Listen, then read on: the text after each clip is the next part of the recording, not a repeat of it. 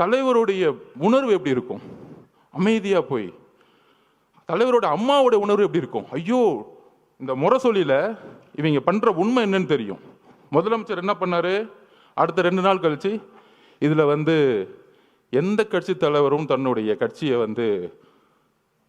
இறக்குறதுக்கெல்லாம் நினைக்க மாட்டாங்க சொன்னாரா இல்லையா? நல்ல புள்ள மாதிரி. ஆனா முரசொலியில் சொல்றாங்க, தாவேகா கொல்லும் நீதி வெல்லும், 41 உயிர்களை கொன்ற விஜய். இப்ப தெரியுதா திமுகவுடைய நிலைப்பாடு என்னன்னு தெரியுதா? இதே முரசொலியில. அப்ப இவங்களோட நோக்கம் என்ன? 77க்கு அப்புறம் எம்ஜிஆரை ட்ரை பண்ணாங்க, அம்மா ஜெயலலிதா மடத்தை ட்ரை பண்ணாங்க.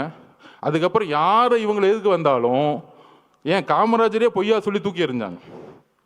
ஆனால் அந்த சூழ்ச்சியை ரொம்ப அமைதியா இருந்து, இது அரசியல் சாணக்கியத்தல்ல, தன்னுடைய உண்மை உணர்வு, அந்த மக்கள்கிட்ட இருக்கிற உணர்வு.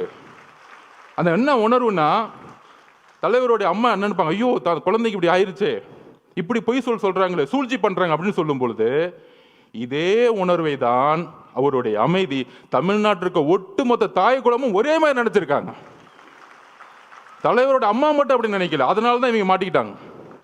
அன்னைக்கு நைட் இவர் நடிக்க, அந்த பிரச்சனையிலையும் கண்டிஷனை ஃபாலோ பண்ணுங்கன்னா ஆக்டிங் போட